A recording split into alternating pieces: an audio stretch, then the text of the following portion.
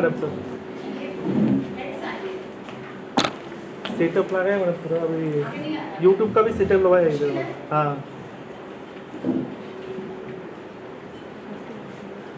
चालू वगैरह करें फोटो चालू करें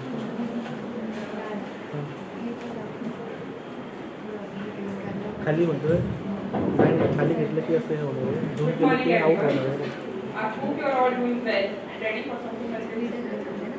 Because we are about to blend the with a warm दिसत नाही पूर्ण coffee. अब की झूम इन Welcome to the Coffee Connect with Alumnae, our very first Alumnae international session.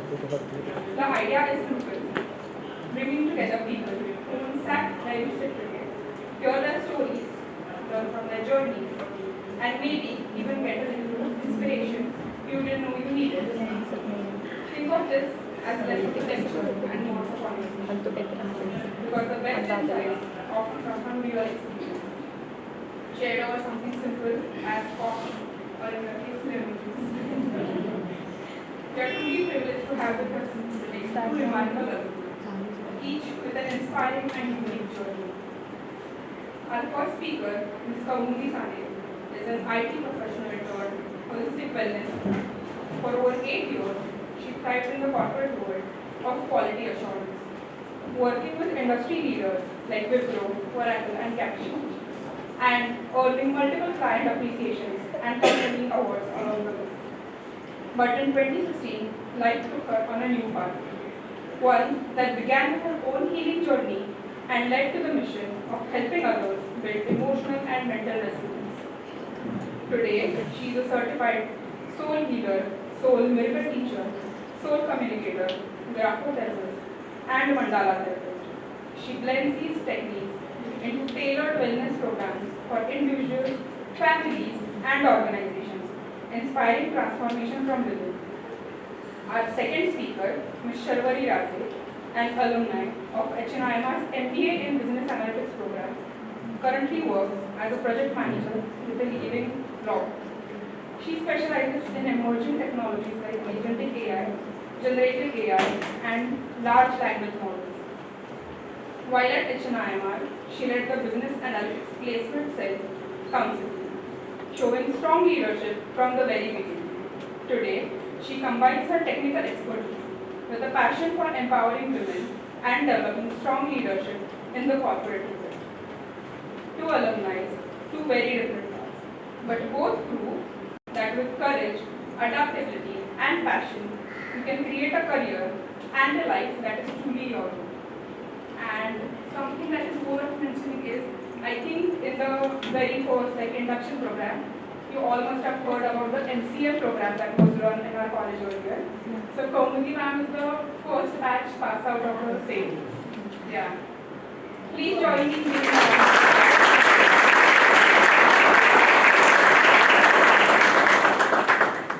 formally welcome them, I would now like to invite our respected director, Dr. Priyanka Singh, to felicitate our esteemed guest.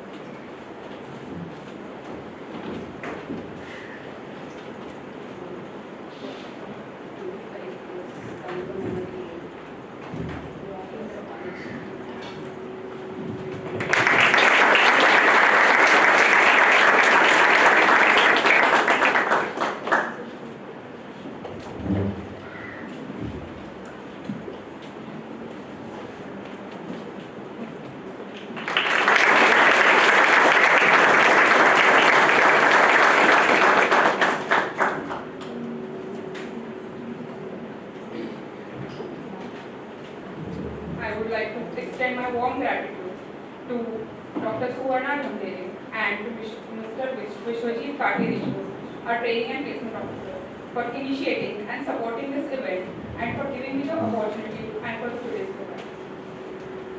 We'll now begin with the interaction session.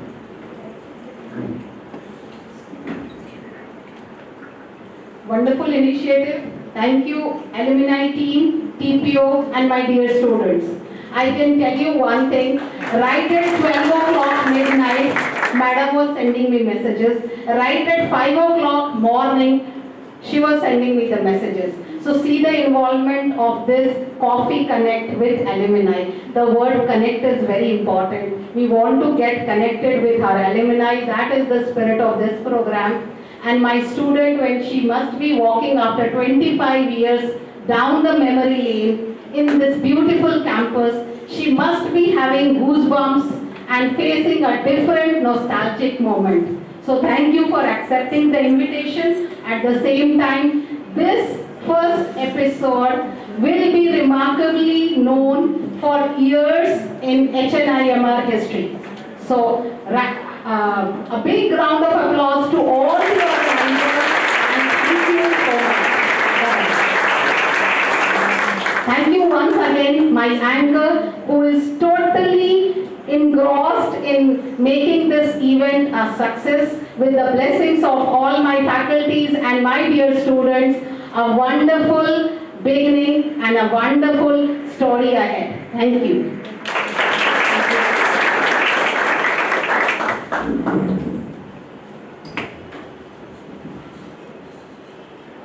Now that we're all settled in, let's start our conversation. We'll begin with some light and hopefully fun questions so that we can get to know you. And then we'll move on to the hard-hitting professional views and reviews. So my first question is to the both of you. If you could describe your college days in just 3 words, what would they be?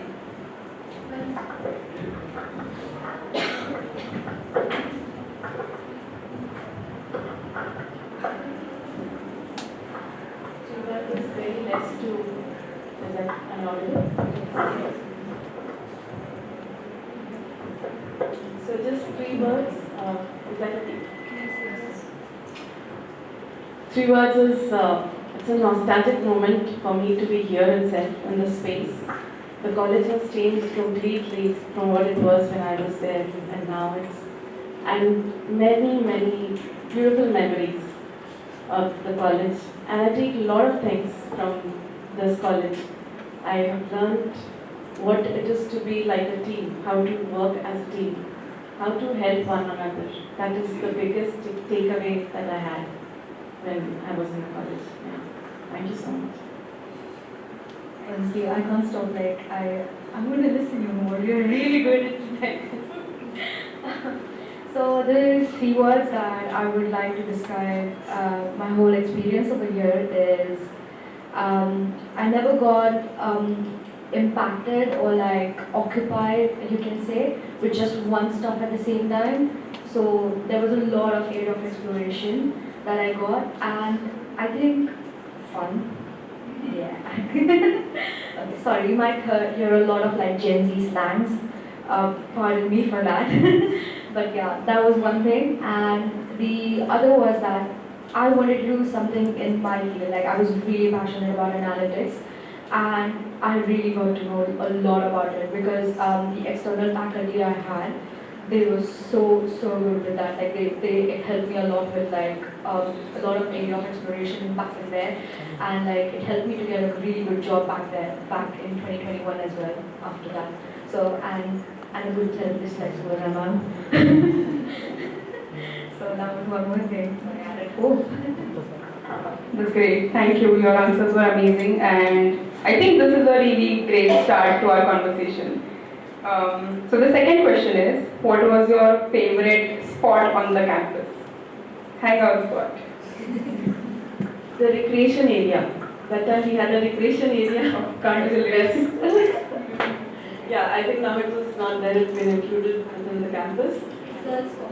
Okay, it's girls' common room. So that was the best spot that we used to enjoy the most. Do all the muster there.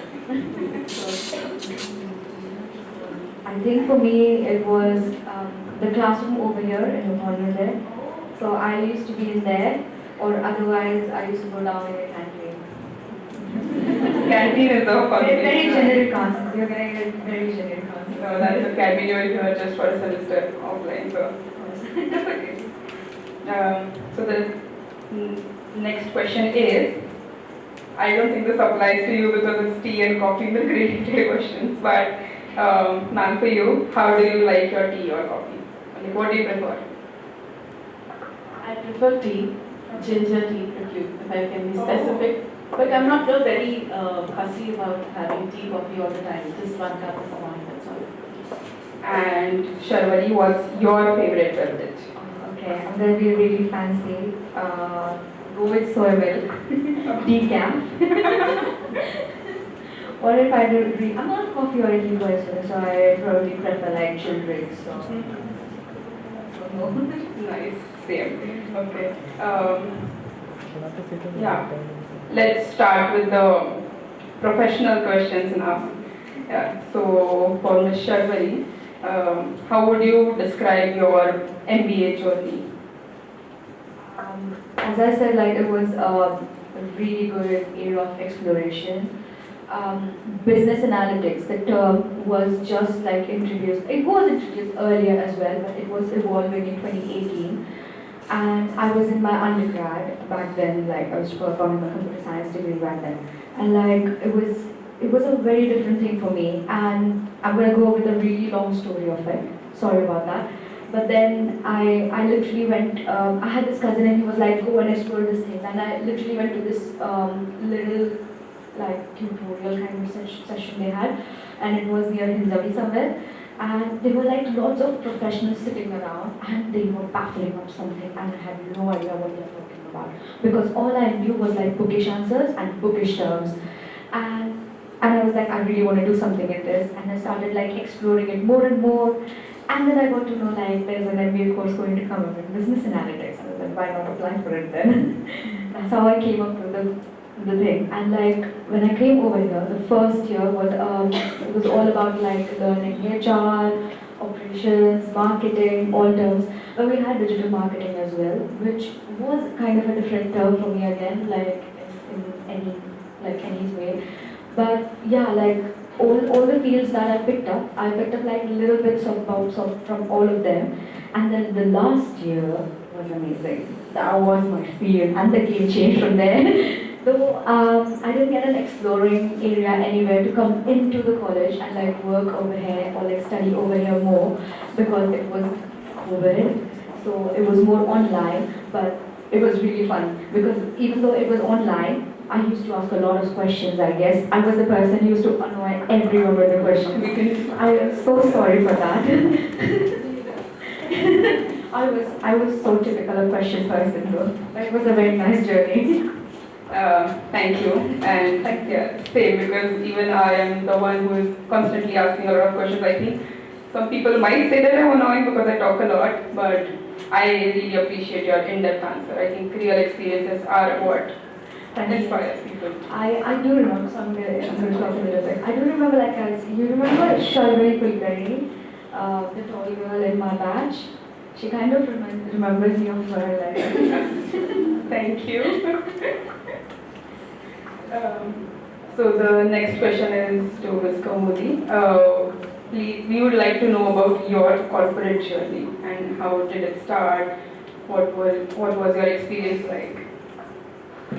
So I passed out in 2001, and that was the year of market recession as we didn't have any campus interviews, nothing. Literally, the companies were just throwing us out looking at our resumes because we were totally fresh with no experience at all. So what was the other way out? How did we get into the industry? So everybody, in fact, we had a group of our friends who I stayed in the hostel. And we had decided to be here because we had got such close bonding and we had decided to be here. But because of the market recession, everybody had to go back to their respective homes. So I have been brought up in Delhi, so I went back to Delhi. And then I started looking out for a job. But the job I got was with Wipro Spectrum. That time call center was on boom. So we were interviewed for email-based or voice-based, and I got selected for the voice-based. And to my surprise, the entire batch that was there, we were all highly qualified candidates for that. And we are just wondering what everybody is doing. Somebody is a PhD, somebody has double master's degree. Everybody was on the outlook of looking for a job. But since there was no jobs for freshers, so we all were there. So I really had the pleasure of interacting with them. So we used to have very nice intellectual interactions. And I got trained during that time. when I got selected with the company, I was wondering what am I going to do with the call center. And my father, he told me that don't think like that. Anything that you learn is never goes waste. It is always adds on to your personality. And those words have remained to me till date. Like even today, I go back to those trainings and I'm grateful that I went for that job. So we were trained for a month and then I took up. And of course I didn't continue for more than 6 months because we had a night duty which I was not able to take care. Eventually I got it. So I didn't have a very smooth corporate experience. I had my own struggles to go through. Whatever came in front of me, I just took it up. I didn't keep any kind of conditioning for myself, saying that I'll not take up this job or that job. So first breakthrough that I got for what I really wanted to do, the profile was for a customer care executive. Okay? And I had no experience, but it was a startup company. So somewhere I just felt, let me just go and explore what it is all about. And that's where I got a breakthrough for my testing. I got into testing. The management realized that I'm into a technical field. So I was doing customer handling as well as I was into the technical support for testing the product. But that experience has also helped me all throughout. So nothing goes waste. It is always fruitful. And from there I got picked up in a company in Oracle in Bangalore. That was the biggest breakthrough in my career.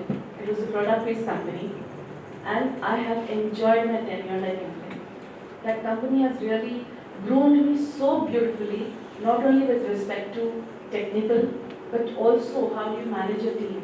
How do you stand up for your team? How do you protect them? How do you guide them well? I've seen my own managers, my superiors. I have beautiful people around. Even my team, who would not accept me in the initial days.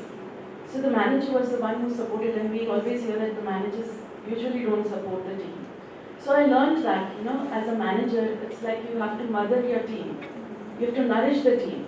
If your team grows, you grow automatically.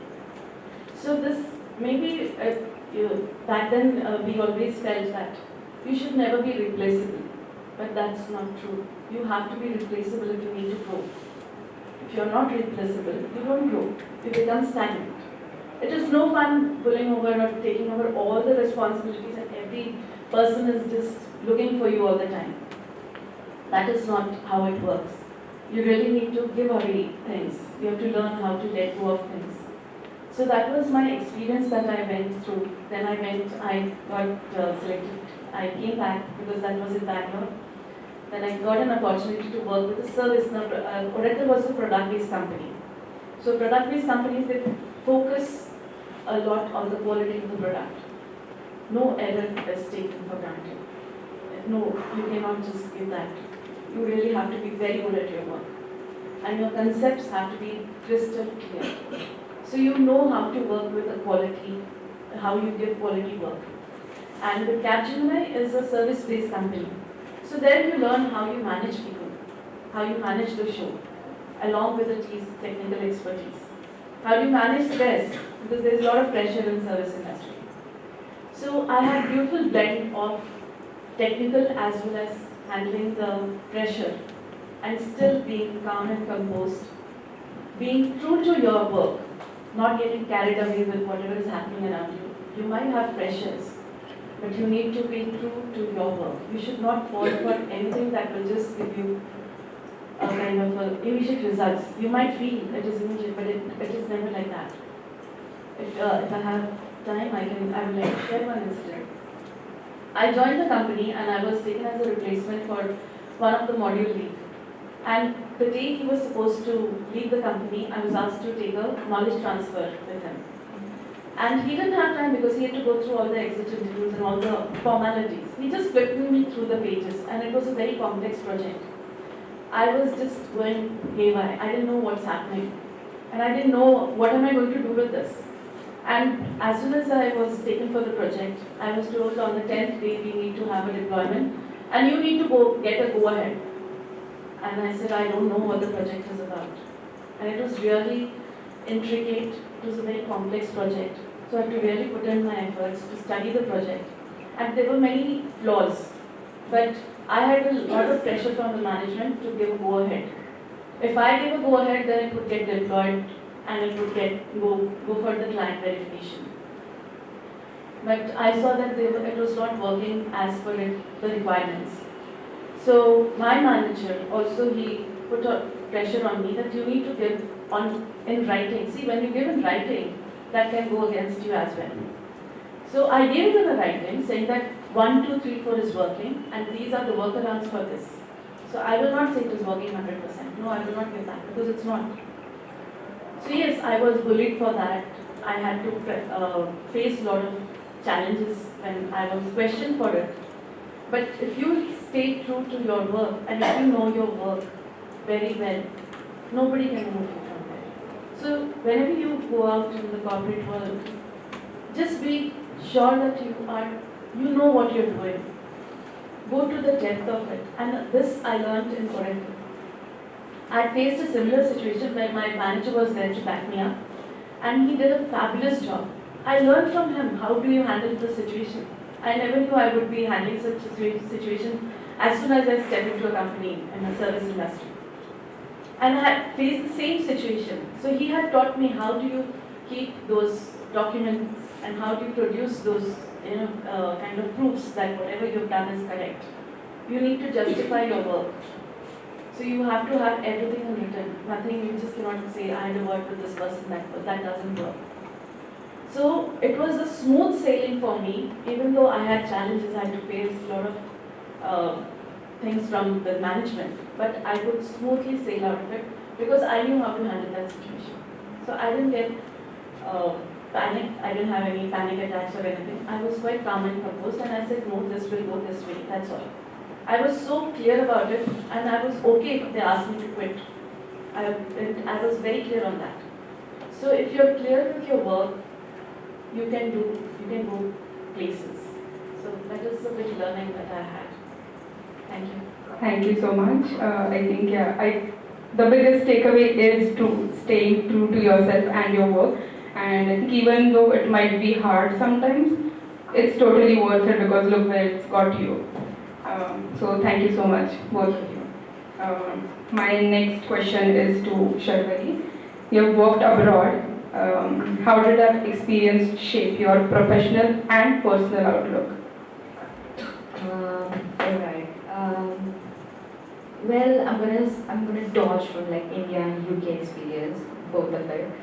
As you said, like you have to survive in all the conditions, all possible conditions. I have survived in a couple of conditions over there. So, and being like, the way you framed your answer right now, like was really great because like, you are not supposed to like, be like, oh my god, this is not working. You just make the plum out of it. That's important from that. And like, for example, when I went over there, I went as a student and I had corporate experience. But then nobody was ready to give me a corporate job because I was a student and I had only 20 hours to work. Because my limit was only for 20 hours. I had university to do, I had cooking, I had to look after my studies, and there were other things as well like I have to look after. And on top of that, I had a very bare minimum finance. Because I went on a scholarship. And second thing was that like, because I had to look after, like, because I had saved a little bit of money when I was working, and that's all I pulled out. And I went over there because I didn't want to take anything from my parents. Yeah, woman environment. So that's all I went. Okay, I'm gonna be like really long with this answer, and I would have bored you a little bit, but I hope you don't judge me for what jobs I've done. I've done really odd jobs. I started from. I was like, okay, I'm gonna go and start looking for jobs somewhere. Now the problem is that the industries over there, apart from the tech industries, leave the tech industries at the behind. The ground bottom, retail industries, or if you see any healthcare industries over there, they are really manual. They are really manual with your jobs. Like you go over there, you show your face, and then you can work, get in. That's all it works like that. So I had to literally go to the commercial road and start spreading out my CVs everywhere. And then I got a final job in a gelato place, and I was an ice cream lady. So yeah, selling this ice cream, I can say. It traveled out, and then I did like a lot of like summer jobs, a cruise ship. I worked in Formula One, and also, which is a great thing. I got to see a lot of cars. Okay.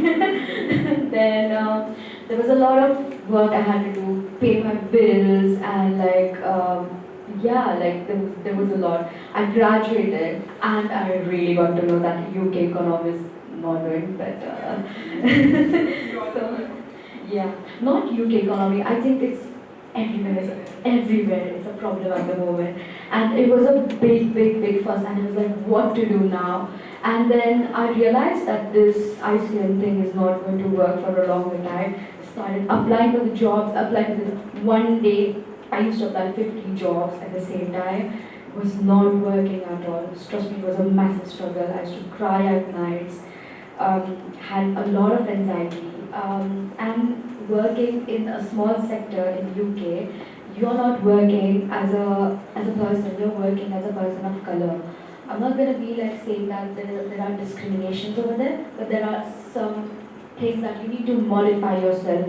People from India go and they only live with their people, you know, they live only with Indians. You have to go and explore the people over there, be with the people over there. I live with Polish people, I know Polish now. I don't know where it came from. I can talk in Polish because there were lots of people in the ice cream store who used to work from Poland. And like, that's how I learned about it. But you need to blend yourself, tailor-make yourself in this way that you'll be able to adopt over there. People are not ready to have your food immediately. And even, what if like you are also not ready to have their jacket potatoes because that doesn't have any masala in it, that doesn't have salt in it, pepper in it. Like, it's just cheese and potatoes. Are you ready to have that, girls? No. Then, so, yeah, but you should be ready for that. You should be like, ooh, be like there. Be like, ooh, I like it. I'm going to have it. Give it a little try. Let me add some salt in it. But don't say that immediately. Like, no, there's no pepper, there's no salt. There's no way you should go like. You shouldn't go like that. Because they're going to be like, if they are going to try your food, they're like, I am alright with it. Then you just don't system. These are the factors, these are the small parts I'm telling you about, but this is how you learn. You learn to tailor-make yourself and be there in people with loads of variety, you know. It's a very global place. And that was important, you know. So I straight away went, applied for more jobs, and finally I got to work as a sales assistant for 2 months in this place called Lush Cosmetics. And they saw my passion. Like, I was crazy. Like, I was like the goodest, like best one for them. Gave amazing Google reviews, everything. And they were so happy with me that they were like, would you apply for this data analyst seasonal retail job over here? And it's in the pool, it's in our main office, and would you like to try? And I was like, yeah, I don't mind. I need it. Give me that job. But yeah, I got it, and yeah, it was a really nice experience to work in Lush because I think it's the bestest place ever in UK to work. More diversity. They have Diwali products, which is so good. They have bath bombs, shower gels. I wish I could smuggle all of them for you. But they have amazing products, and I love them. And even if now, like Lush is like, we're sponsoring you, and please come back. I will literally leave my current job and go over there. Please don't record this and tell anyone. I love my job at the moment. But I love my previous company so much. The love and the people over there were so good, and they have made me learn and experience the life in a very different dynamics. And the most important thing is that because I was a person living like almost 7,000 kilometers away from my home, I didn't come back for 4 years. I had no experience of India for the last 4 years. I still live in 1970s. I still think like you have to go to the corner shop and buy the things, whereas my sister's like, Zepta kariyat nata, and I really don't like that. Because I want to go to a corner shop and buy something. So that's a different experience for me now, and I'm experiencing experiencing it. So take it as an opportunity. Seize every opportunity. Don't crib on it. It's like blame on it or like start like saying, oh my god, mera life to itna barbaad ho gaya, like the pre-movie, what happened over there. Make plum out of it. That's the only thing I would say for now. And connect with loads of people. You're gonna get, not all the figures are similar, right? No, they all are in the same shade. So you have to understand what is the mentality of the person in front of you and be diplomatic. Be corporate with everyone because, and instead of saying, no, hey karo, just say, can you do this in this way? It just makes the person say, oh, okay, I think I'm going wrong. So, like, that is a tendency of India. Like, I'm sorry, I'm going to dodge UK and India. That's what I've learned in UK. They don't say, please can you, like, they don't say, hey, bottle, they say, please can you keep the bottle on that shelf? That's what they are trained to say. So, the affirmations that you put on the plate are very important. Okay, don't say anything in a negative way. The negative perception is going to make you in a bad place and in a negative side. So always keep it like very analytical. Thank you. I would just like to make a point, like she mentioned, words are powerful. So as she said very rightly that we need to learn how to be diplomatic, and the way she has put it so beautifully, blending yourself as well as making the most of the opportunity that you get. Don't, like she rightly put it, you should not be cribbing on what you're not getting. Focus on what you have on your plate. So that is going to take you to places. Thank you. Thank you. Sharvaree, firstly, I can totally imagine you as the ice cream girl. It's a very cute image. But yeah, like the both of you said, in a constantly changing world, you have to be open to exploring different things, try different things. Because getting out of your comfort zone is what will help you make it one day, whatever your definition of making it is. I have a follow-up question for Sharvaree. How does it feel to be back in Pune after such a long time?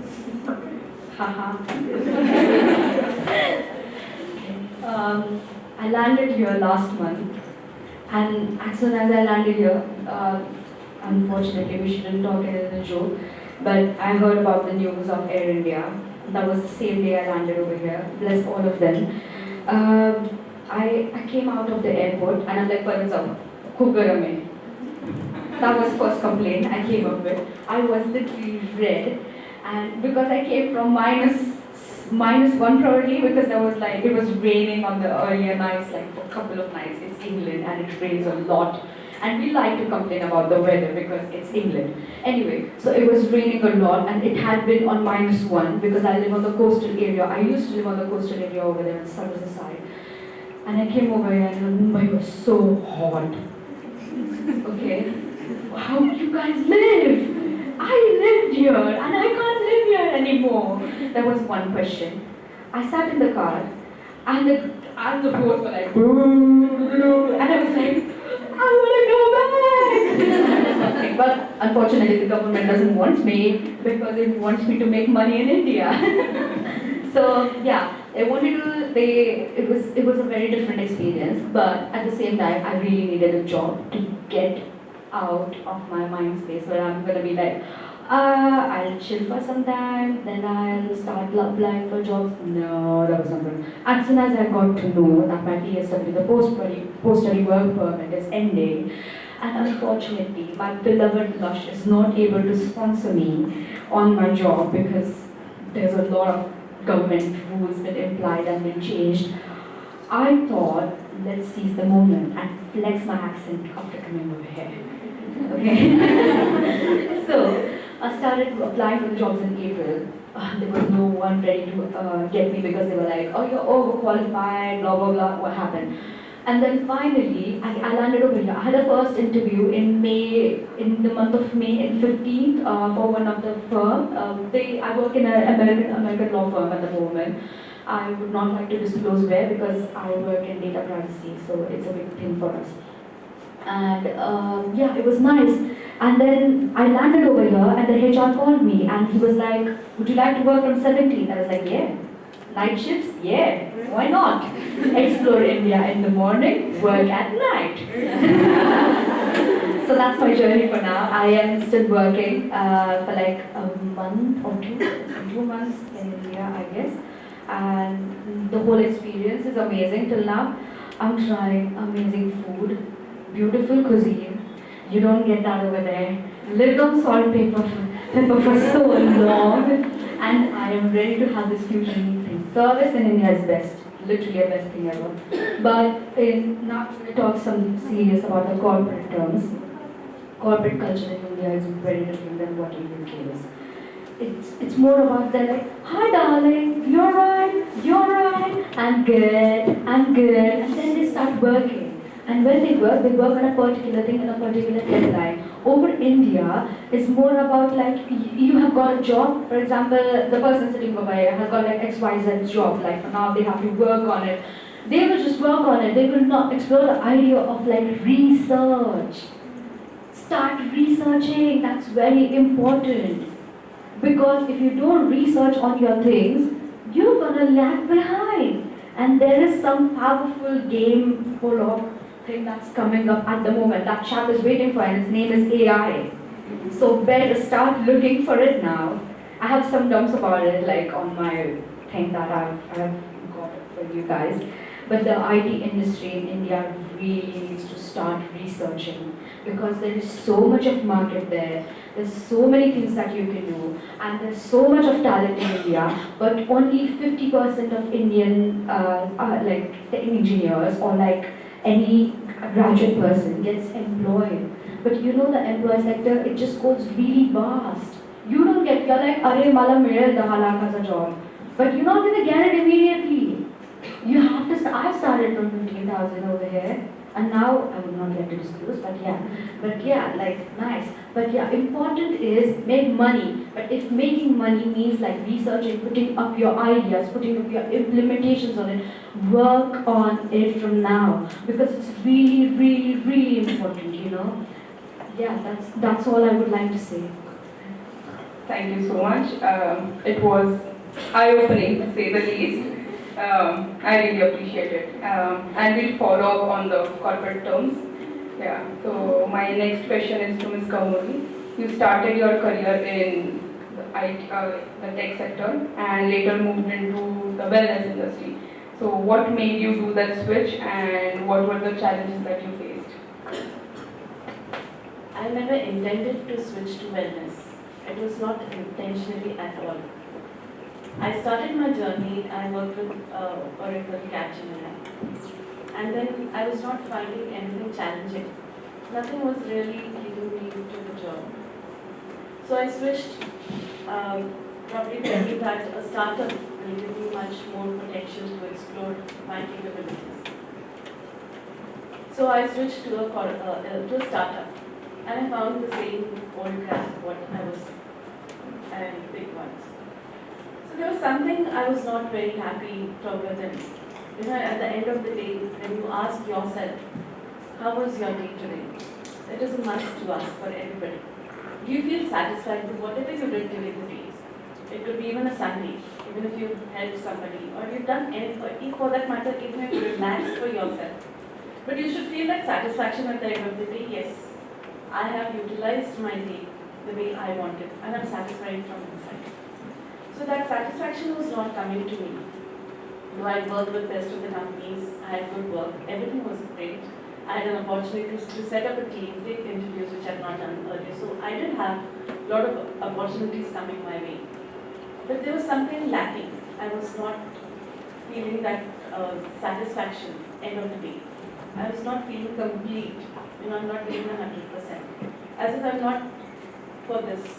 I'm looking for something. I've been always searching, and whenever I used to have conversations with my colleagues and all, I'm looking for something. I don't know what I'm looking for. So, you know, my search was always there. I felt it was the IT industry, but that was not where I wanted to land. And as I said, it just happened for me. I had a lot of chronic issues. and I was really battling while I was in the corporate world as well. I was really having a hard time doing that. So I wanted to get over it once and for all. So on the way, I was always into looking for alternative therapies, healing myself. We worked to some extent, we worked to some extent, we would not work. We would stop working after that. So I decided to first heal myself because it is not serving me in any ways. Even I'm not able to perform to my optimum at the workplace. So when I started doing that, I came across a therapy called that's soul healing. Okay, I just happened to go there and I was in deep pain that time. And I had gone for a consultation. And that gentleman just asked me to walk in. And he said, when did you become a healer? I said, forget about becoming a healer. First heal me. I am in so pain, I don't care about others. The pain was so excruciating that I could not think of anything else. But he said, you must become a healer. I said, first heal me, then I will think about others. So that's how I just started exploring. And I started learning, I started healing myself. And I've seen a lot of changes happening in my own self. And then I again started to apply that for my corporate jobs. I applied. How universe teaches you, that you're not meant to be there, you're meant to be somewhere else. But we need to understand those signals, we need to understand those messages. I had an interview arranged by one of my friends in the company Microsoft. He was asking me very basic questions. What is manual testing? I went blank. I could not. What is regression testing? What is retesting? And maybe some of you might be knowing. I could not answer it. I just went blank. And I could not understand what is happening. And I felt so embarrassed because my friend had referred my resume. And now what am I going to tell him? मेरे को नहीं पता retesting क्या होता है, regression testing है, so such it's like APC of testing, and I don't know the APC. So I was really embarrassed, and I didn't know why it happened and how it happened. So I just called him. I said I have not been able to go through the interview. I really messed it up very badly. Before you get a feedback, let me just tell you what mess I've done. So he was kind enough to say that's okay. Never mind. So that one thing I learned, when they interview you, even if you're not able to answer them, they will not make you nervous. They'll make you very comfortable. That is something, very good quality of a good manager or a team player. You have to make the other person comfortable, even if the other person does not know anything. This happened, then I got another interview call. I had Skype calls, that time it was Skype. So we had 2-3 Skype calls, and I cleared all of them. Then I was asked to fly to Goa. They sponsored me for that, to meet the CEO of the company. And that time I was very much advancing in these healing modalities. I was learning a lot. I was preparing for my teacher exam, and I had an exam. So while I was doing that, I got a call saying that you need to fly to Goa tomorrow to meet the CEO so that we can finalize. And my posting was to be in Goa. I said, nice place, let's go and explore. So I went, and he had asked me to come over to his place. I met his family. We talked about everything else apart from IT. I was sharing with him how I'm learning healing, how I went to do it, what all I'm learning, what was my experience. And at the end of it, I was just sitting back and thinking, oh my God, I never spoke to him about the profile. I didn't know what profile I'm going to work on. Then just before I have to leave the same day, so I just asked him, can you tell me what profile I'm being selected for? He said, no, my manager will be flying next week. The HR will get in touch with you with the details. You can come. I shared with him that, I'm appearing for this exam. I'll be able to join only after I finish my exams and all. He said, that's perfectly fine. You just come down next week. The project manager will explain you everything. He will tell you what will be your profile. You'll be handling a team here. You will be responsible for all the activities in Goa. I said, wow, it's a very lucrative profile. So I said, okay, very well, wonderful. And I left. I called the HR person. I sent emails to the CEO, to the HR, no response. I waited for weeks together, no response. I didn't know what was the reason. Then I just like, I used to meditate at that time when I was just sitting and I said, what's happening? Do I have to work or I don't have to work? And I just like got an insight that I just need to go to the job portals and delete my resume. 31st December I did that.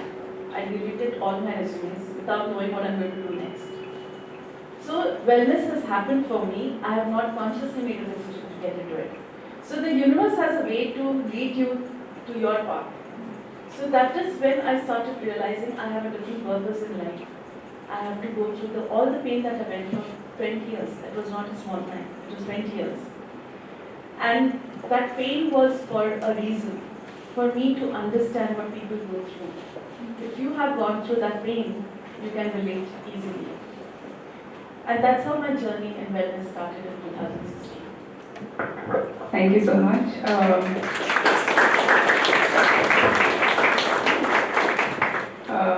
So I've gathered that you found your calling after going through a lot of hardships. And this is something I think a lot of us will be able to relate, because sometimes I find myself, moving on in like autopilot, like I'm just doing things. And then there comes a point where I'm like, what is going on? I still don't know what's going on, but there's that realization. So I hope everyone who's sort of in that phase, they might, find their calling sometime, and because that's how you should live your life, right? True and authentic to yourself, and enjoy it as well. Alright, so we'll take a question from the audience. Yeah?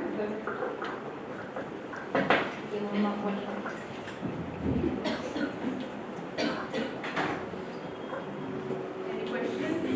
Guys? There's two amazing women sitting here, so please make the most of it and ask questions, or else I actually have a lot of questions to ask. ChatGPT, come on. Yeah. ChatGPT. GPT-5 is launched, by the way. Yeah. I was not working as I don't know. Oh, why? You know why? The teenagers are fighting. Oh, yeah. The big boys are fighting at the moment.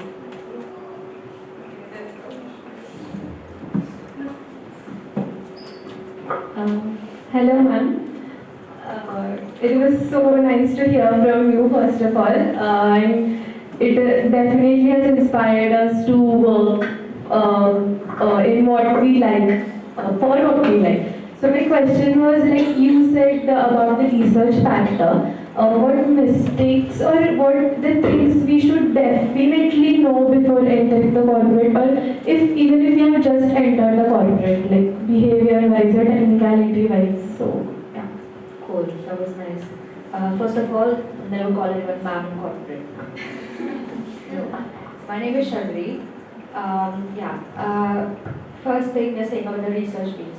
What is your department? What you're working in? Like, what is your department at the moment? So I'm working. I'm a student of human resources. HR. Okay, I have some points for you, by the way, because HR is going in like AI movement at the moment. Work on IBM case, because IBM has shift to Ask AI. Our AI generative model called as Ask HR or something like that. I vaguely remember about it, but go for that. There are 10 different tools used in India at this point to research about the HR related, AI generated model related kind of things, because everything is not manual at the moment. You don't need to go on anyone's LinkedIn account and you look for it or anything. So get a thorough research on it instead of using just ChatGPT. How many of you use ChatGPT for your assignments? Nice. Do you really do any fact research on it? Where? What platform you use?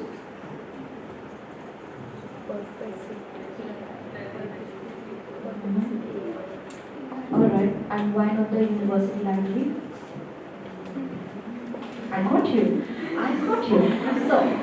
So that is one of the factors, because I have done a lot of like research-based papers in my university,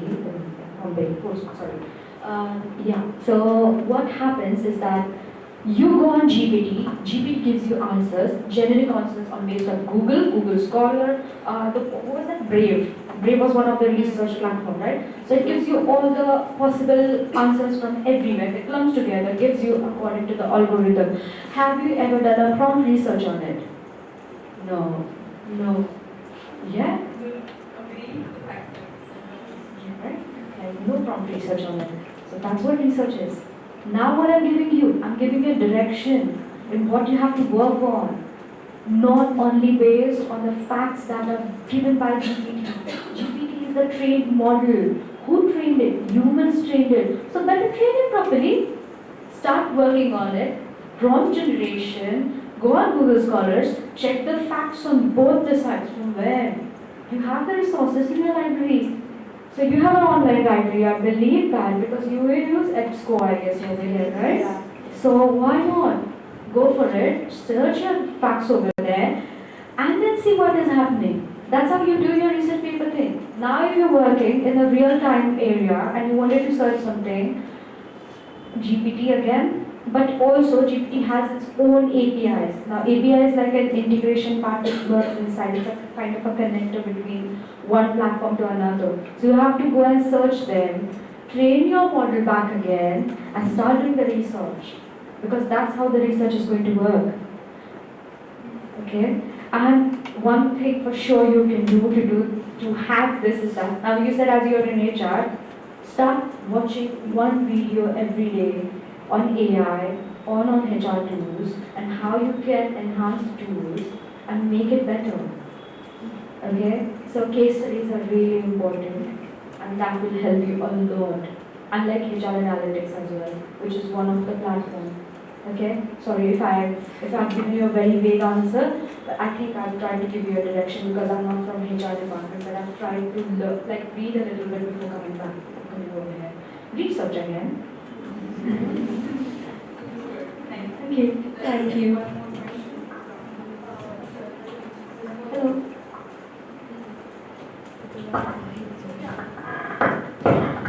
Well, I was in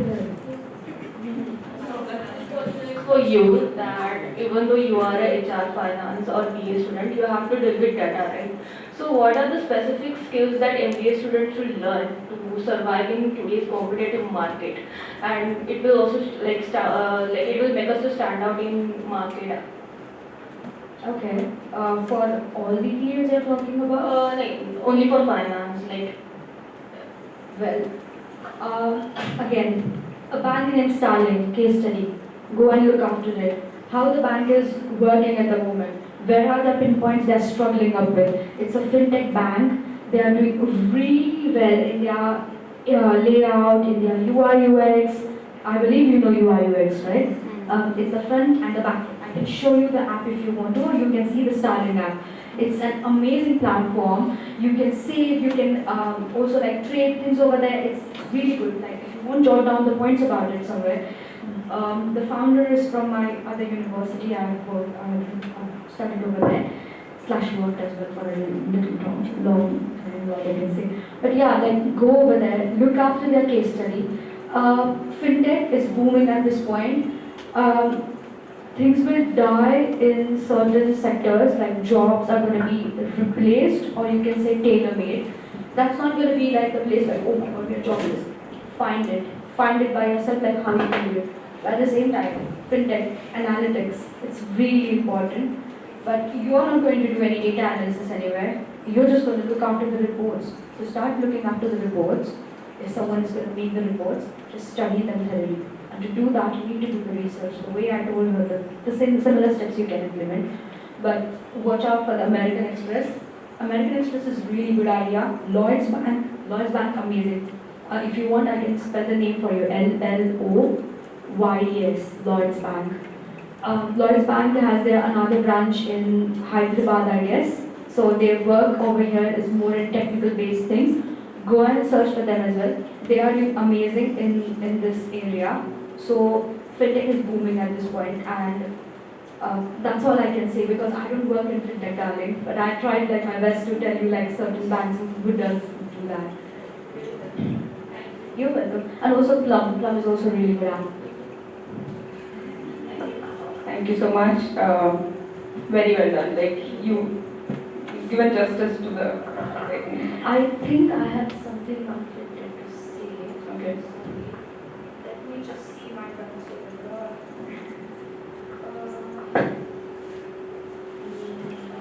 No, I didn't research anything on fintech. Sorry about that. But as per what I know, the information, go on this certain apps, do their case studies. They will let you know a lot about them. A lot about them. Yeah. And they're using large LLM models as well. Thank you. There's a lot to learn for us. Also, hopefully, we are very excited to learn all of those things because I am. My next question is to Kaumudee ma'am. What's one wellness habit you think every student and working professional start with? How many of us breathe? Nobody breathes. So when I asked you a question, how many of you breathe? So it would have been a spontaneous yes, right? Everybody is breathing, but it is not coming spontaneously because we are not breathing consciously. Okay, we're not conscious of your breathing. When you start focusing on your conscious breathing, that is what going to take. It is going to help you to stay calmer, take correct decisions, and be in the moment in any situation, any circumstances. So start focusing on your breath. Any time of the day you find, preferably not immediately after a heavy meal, maybe after 2 hours, 3 hours after a meal, or just before the meal. Just sit quietly, because nobody sits quietly, everybody has got their mobile, right? So we can just put it on silent and put it upside down, because even on silent, it just keeps, the light keeps buzzing.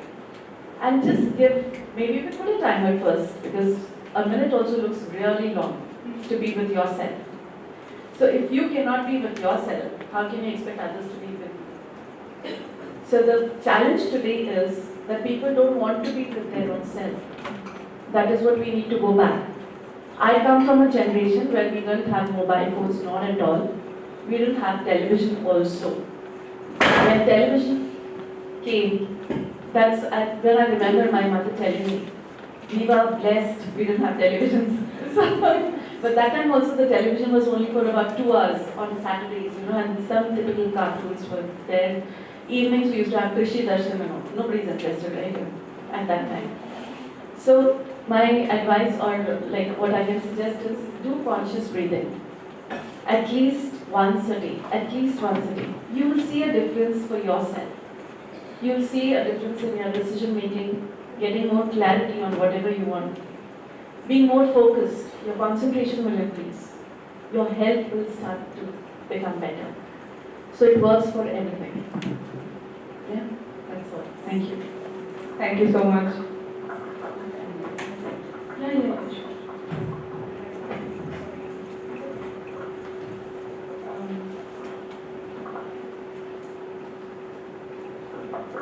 So the next question is for the both of you, but I would like to answer you first.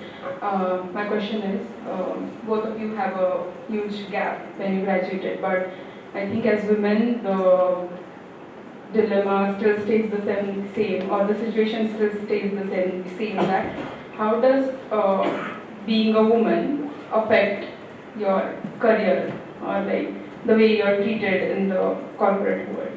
How has that shaped your experience? So maybe things have changed now because I'm out of the corporate for the last 10 years. But I don't know what it's like to be in corporate now. But back then, it was always, there was a differentiation. When I was there, sitting late in the office proves your efficiency. I could never understand. And we had a huge team. We were about 150 people in the team for the project. And out of that, we were about 25 to 30 people for the testing. And in the testing team, we were about 4 girls, only 4 girls. Okay? And each one of us had our own responsibilities back home. We could not stay back late. We were highly efficient, but it was not considered for our promotion. I was, like I mentioned earlier, that I was put on a project on a that was really tedious and very difficult to handle. I did that, and within 3 months we had a award called the Project Star for that quarter. I was also surprised, taken aback, like how could I get that? But that didn't come by sitting late hours. No, it only came with my efficiency. So I was very clear that the office time, that time it was 9 to 6. I work, I come before 9, I leave at 6 sharp. I was very clear on that. So then that time also, like I had one of my colleagues used to come at 3 in the afternoon. Okay, we were working 2 shifts. There was one group within the team working from 9 to 6, and the other one was working from 11 to 8. So he was a part of the 11 to 8 group. Every day he used to come by 2:33, and I was supposed to assign work to people and get that done, and I had to send out the report before I leave for the day. So he would come every day and give me an excuse. मेरा scooter को गाड़ी puncture हो गया, back pain हो गया, मैं पनवेल से आता हूँ, बारिश हो गया, खड्डा है, and all that. I first initially thought he generally must be having some problem. Okay, we need to support. He's my team member. So I started taking up his work, completing it, so that he gets a leverage and he's able to complete his part. But he took it for granted. And he started doing, Acha, Kaumudee, please do it for me. I will be late. Sorry, I'm not here to be taken for granted. I will help you if you're in need. But not just because we want to have your rents and taxes. No, that won't work. So I warned him a couple of times because he wanted me to put his work as done in the report. So if I have to put it that way, I have to complete his task. I started putting his work not done. So he got a warning letter from the manager saying that your work is incomplete. You need to be here and complete whatever it is. You come, whatever time you come, it doesn't matter. He's coming and telling me, do you know what time I go back home? I said, that's none of my business. I'm here till 12:30 and you just leave at 6. I said, what time will you come? So these things matter a lot and the management just oversees them. They don't see the efficiency of the employee. They see how much you are putting in and sitting back after office hours, coming over the weekends. I was dead against going on weekends and working. I was very clear on that. If really there is some work, I will definitely come in. Not just because to have a pizza party or something like that. So somewhere even the management who were our superiors, they also were not that capable enough or not consistent or efficient with their work. That's why they used to call us on Saturday, Sundays. So it was really, you really have to be very true with yourself. And you have to be very clear what you want from the job. And I had my appraisal.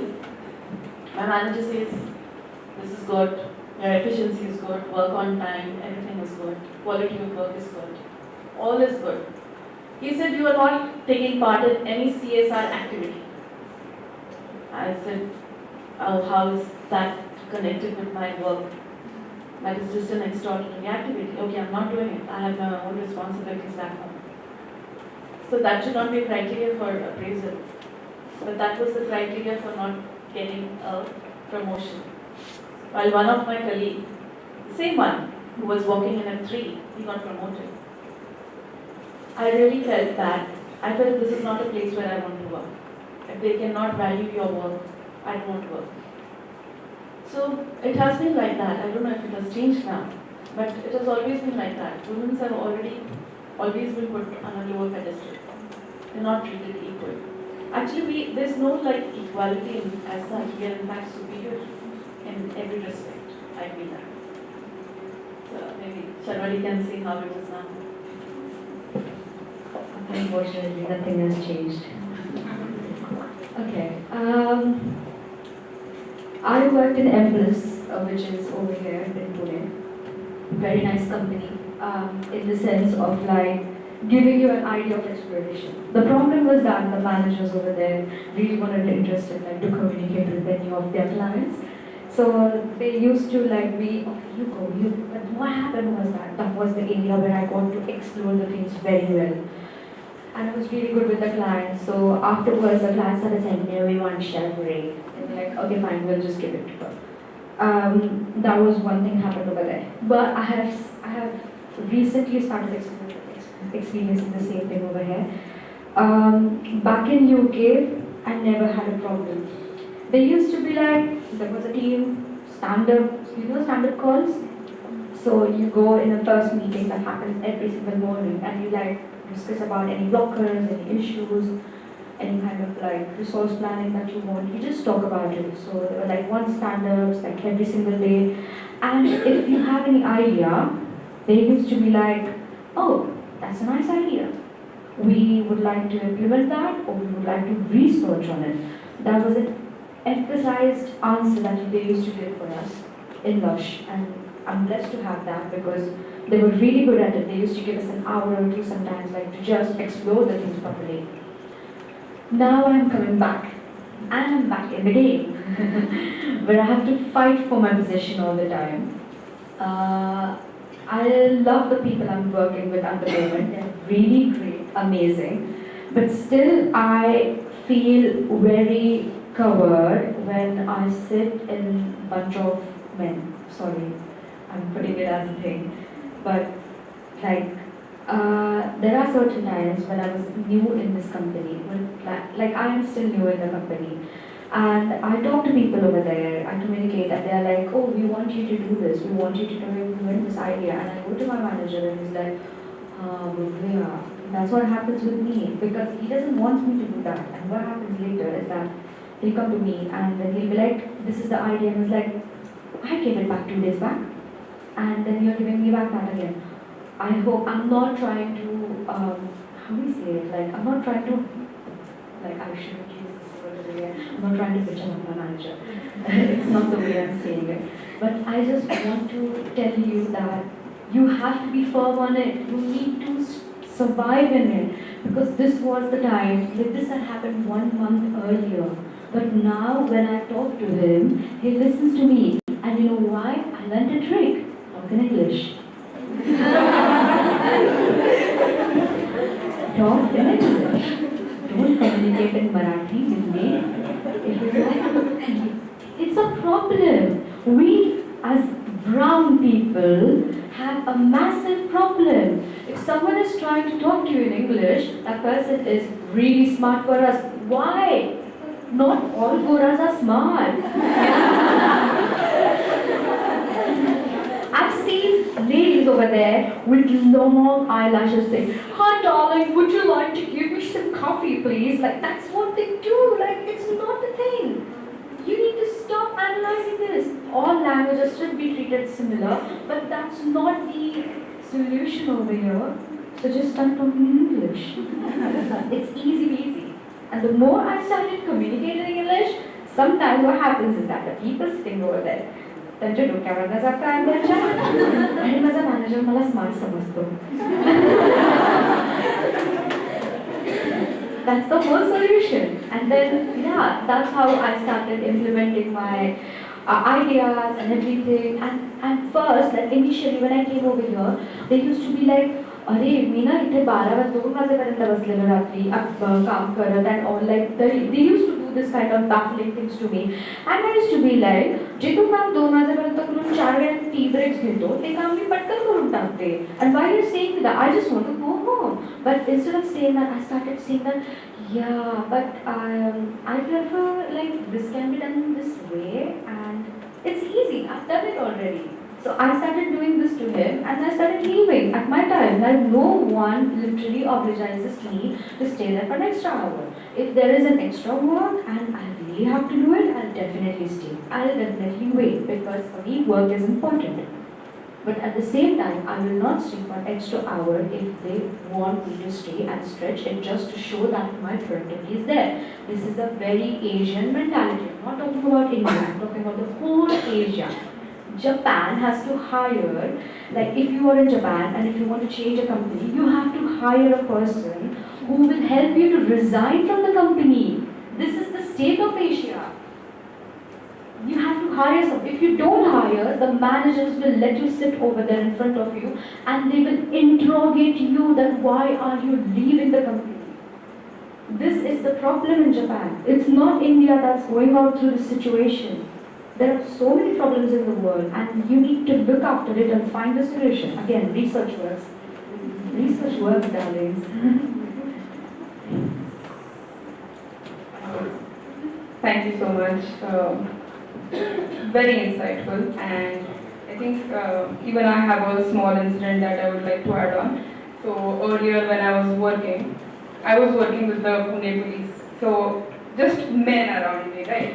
And so what used to happen is I had a same-age colleague who was a man. People would call him sir, sir, sir, and I would be the one who would be doing all the work. I would be the one who would be interviewing the officers. He would get called as sir, and I would be beta, baby, ye kar lo na. So that's how it is. Even if you work hard or better than the other gender, you would still not be considered as equal sometimes, most of the times. Sorry, I interrupted you. That's only the problem in Asia. Yeah, exactly. And then, but like slowly what I realized is people do expect women to bend backwards for them in, not just in the work area, but in other aspects of life as well. But you have to be firm on the boundaries that you are putting around yourself, and whatever the other person says is not a reflection of your worth. So just like be clear on that. And thank you, wonderful insights. My last question is again to the both of you. If you could go back to your final year MBA self and give one piece of advice, what would it be? Advice in this, what respect?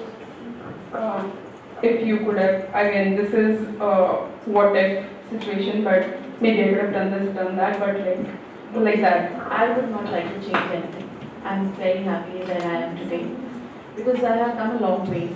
I've learned a lot, and everything that I've learned has always helped me grow further and further. This I don't think so. I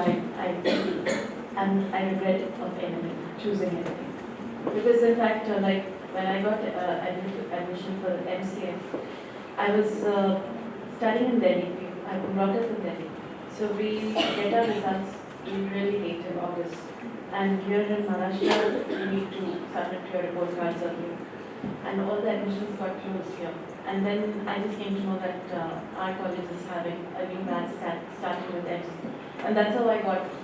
So I was really grateful. And the MCA course, I believe that's no more functioning, as I understand. But it is really good because it gives you a very beautiful blend of technical and management. Maybe when I was studying, I did not understand why are we learning all these management lessons. But now I realize, that has really helped me on my way. So I don't know, so I would like to change anything. Thank you. That's a good way to look at it. Thank you. I would like to change COVID. Give me those days back. That was one thing. And yeah, online classes were nice. They were very informative.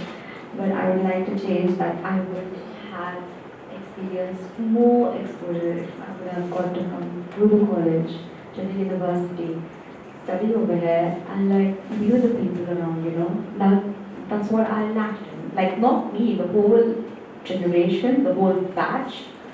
There were lots of students, right? Like we struggled with it. So yeah, definitely COVID.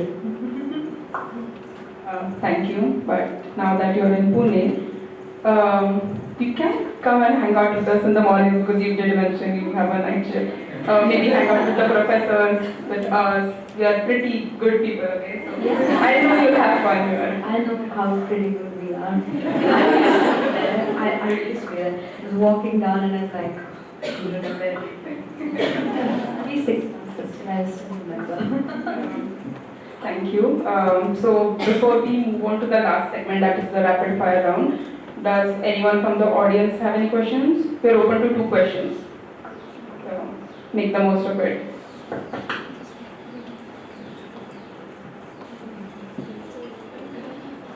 I think we're all alone now. I would say maybe they're overwhelmed by the amount of knowledge that we've all gathered here today. Don't worry, we will. I'll cover again if you want, and I'll sort it out. I'll do some more research on different fields as well, and tell you how to be diplomatic. Please come. No questions? Alright, let's start with the rapid fire. One subject from your master's degree that you still use every day. Management, Oh, smart. Okay. business analysis. I work in that. Yeah, exactly. The second question is the most underrated skill that you learned while pursuing this degree. Underrated skill? Yeah. I don't think so. None. Okay.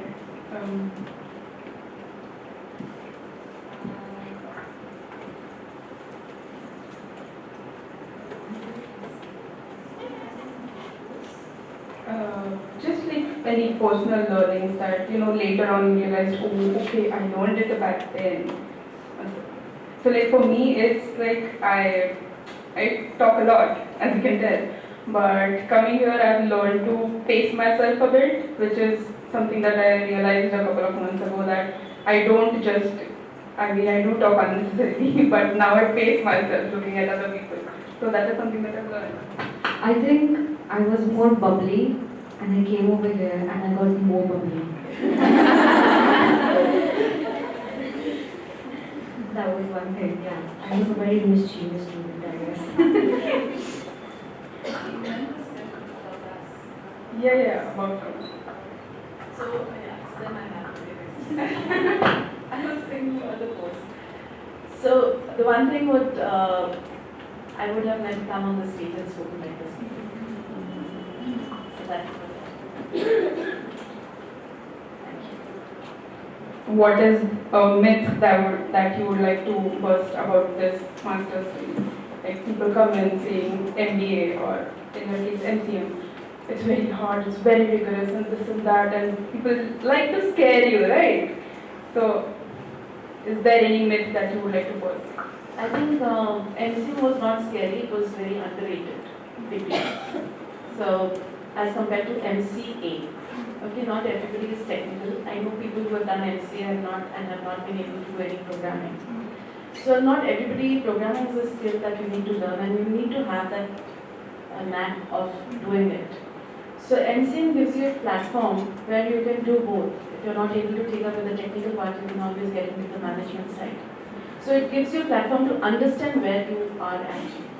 So I think MCM is a very underrated degree, which people look at it, but it is not so.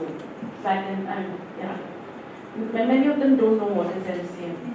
So, but I felt it was one of the degrees which gives you a lot of a platform to explore yourself, so that when you step out, you are more clear on whether you want to really go for a technical side or you want to go for a management side.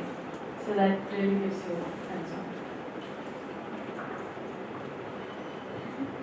hands-on. For me, I think I've heard really weird things, okay? Masters, oh, she's doing masters, why? I think she's just trying to do something, that's one. Other is like, oh, she's doing masters, in what field? Oh, this field.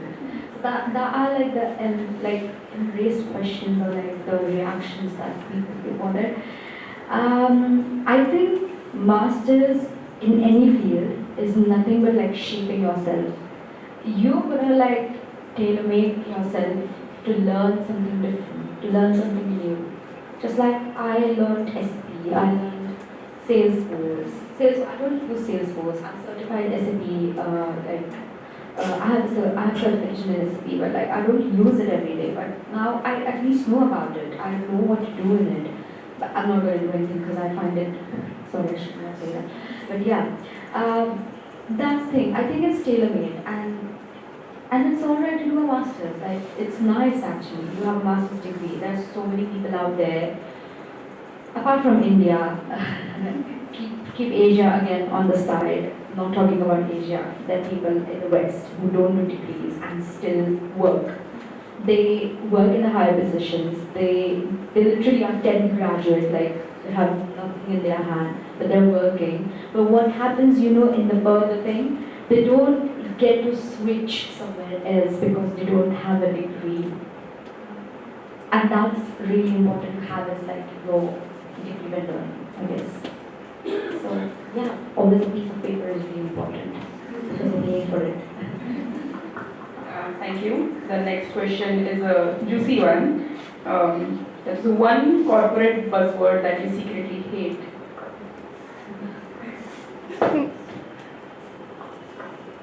We have to go back 10 years back. Discussion. We spoke about stand-up meetings. I thought stand-up meetings was meant only for 10, maximum 15 minutes. But our meetings used to go on for about 1.5 hours. So it was not really a stand-up meeting. I hate like the people when they do it, they gather all departments together for one stand-up. I'm like, is it a joke? Why are you doing this? And then the people are standing like, Shara kari, like assembly.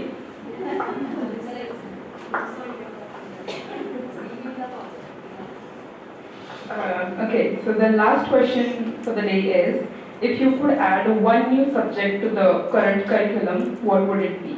I know we just had like NEP introduced, but still. Okay, since now I'm in the wellness field, I would like wellness to be a part because you need to know how to handle your stress levels. Stress is important. By the way, stress is not bad. Stress is important. Stress is what is going to take you forward. Stress is what is going to help you grow. But everything in the right quantity. If you have anything in excess, that's not going to work. So wellness in various forms we can have as part of the curriculum. So you learn certain techniques which will take you a long way. You don't have to, it is not all about doing a therapy or something like that. Something you do on the go. Do we miss taking bath? Do we miss taking our food, our meals? We don't miss that. So this hardly takes a minute or two. If you can find that time, I'm sure you'll be a better person every single day. So I would like wellness to be added. Thank you. Yeah, she's right. I can't work when there's a lot of stress. Gen Z buzzword again. So, that's one thing. And the other will be, again, something that's called as technology research. I know more about technical things. I don't know how many people over here are from BA background or like from any technical background, but There's BA students here, so maybe 20 students. alright, no problem, that's nice. Workflows, editing, and it's called. That's also one more like curriculum that you can use. Not just putting a label of AI, but it's like, there's an interview of Sundar Pichai where he's saying that jobs will be taken, the jobs will be tailored. So there will be more communication-centric jobs which will come up. India lacks in one thing at this point is that if I ask you one question, like I'll be like, have you been working on this project and what the deadlines you will do? Soon, will be done soon, next week. And what they will do, they'll put all the forces on it and then start working because they don't consider like a white person is saying them something and they need to work on it now ASAP. No, they want you to put a deadline in the proper way. Why are you exploiting your own employees? So that's one thing, like give a proper reasonable answers to people. And like I think there should be a tailor-made subject in such a way where you get logical reasoning and UIQs like together, merged together. Like you can't call it AI, but like a corporate standards probably. Yeah, that would be one like can train someone, corporate standards and the technologies. Thank you so much. There's lots and lots of new insights. there's also a lot of topics which I think HR students we could like discuss in the diversity and inclusion class. And for finance, pretty good answers. I think overall this was a amazing session because we needed that, like a fresh, breath of fresh air. Because, and also the fact that you guys are like, you're coming from very different areas with your own expertise. Like you passed out in 2001, you were 2021 batch. So the experiences that you gave, like I am totally inspired. Like it was amazing. So, and also everyone is, almost all of them are looking bright. Yes, so I would consider that as a success. And to wrap up, is there anything that you guys would like to add?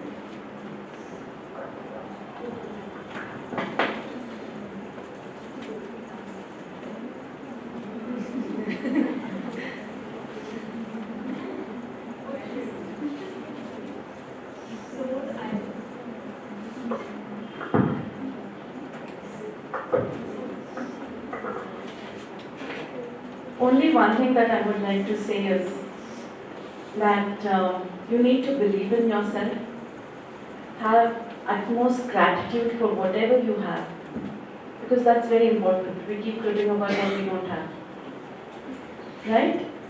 And always work towards becoming a better version of yourself. That is very important. In fact, in my room I have put a paper where I've written, I'm becoming a better version of myself every single moment. That will inspire you in your low days, low times as well. So when you start working on becoming a better version of yourself, you have everything on the platter. Because you are transforming yourself. What we are looking at is, we are looking at transforming the industry. We don't have a hold on that. So transform yourself, your environment will automatically align with you. Thank you. Thank you so very much.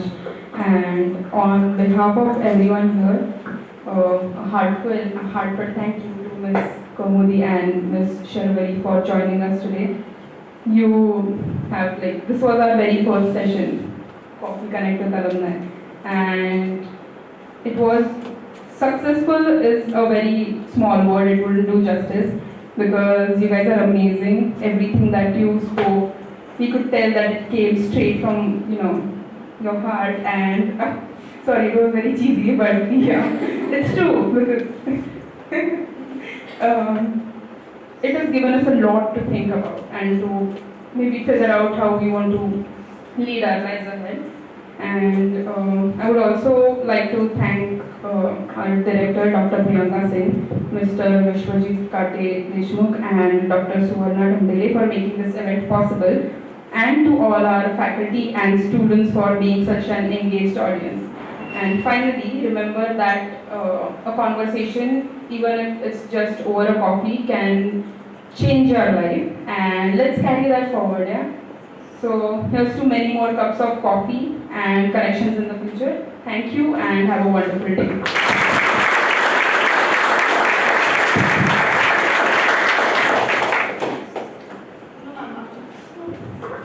I just wanted to say we had a lovely host, and it was really nice to have you here, and wish you all the best for many more coffee connects. And I have been the first batch of the MCM, and I happen to be the first for this Coffee Connect. So I'm so grateful. So I think next time you start something, you can first think about myself.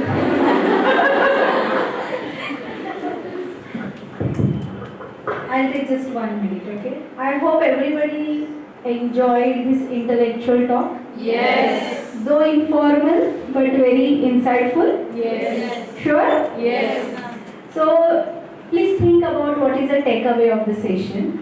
It should not happen that it is in the temporary memory just for a few hours today.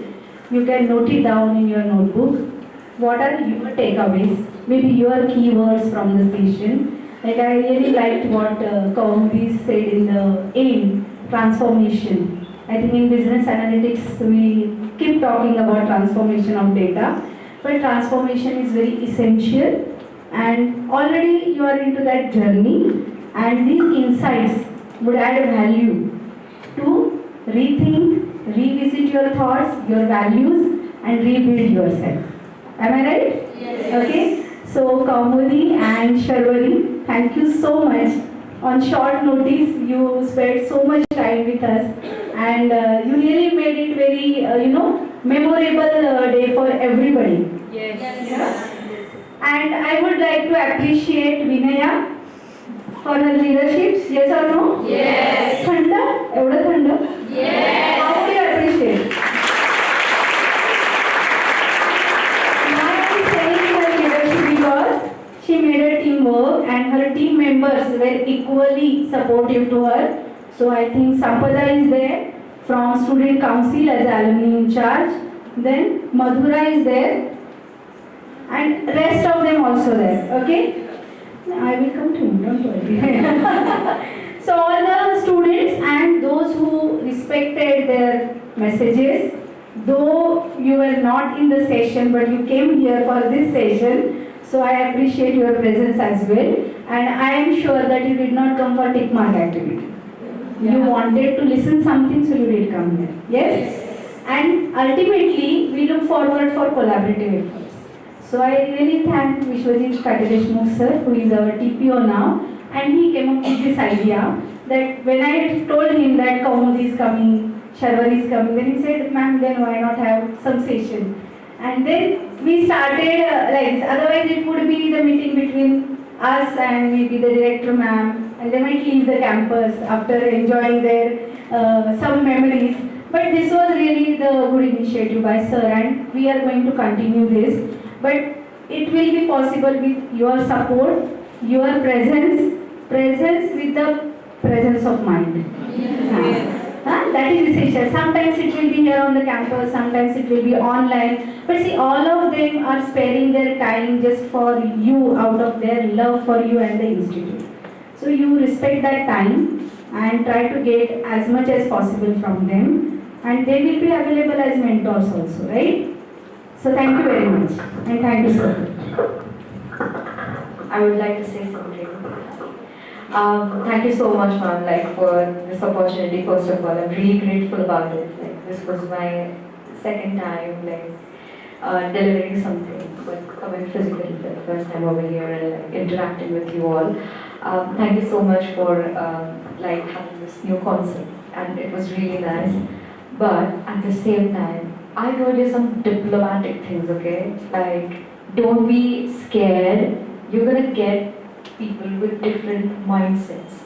That's what the first thing I've been telling. Not all the fingers are similar, they're not in the same shape. So you are going to get people with different mindsets. That doesn't mean we both cribbing about we've been in a situation, but we were just sharing the experiences and how we blended with it. Just promise me for now that you're not going to be scared of it and you're going to make something out of it. Yes. Because thank you. Because every situation is an opportunity, and seize the moment. That's only the one thing I can say. Yeah? So don't be scared.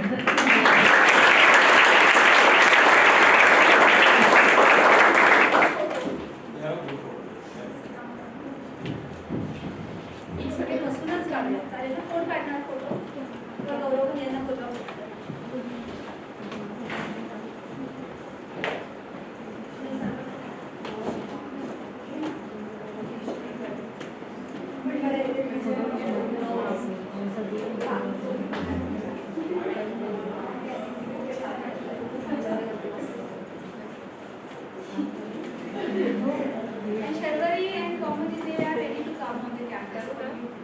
We were only now talking to them. Ready to come. It is on YouTube already. Please watching me live.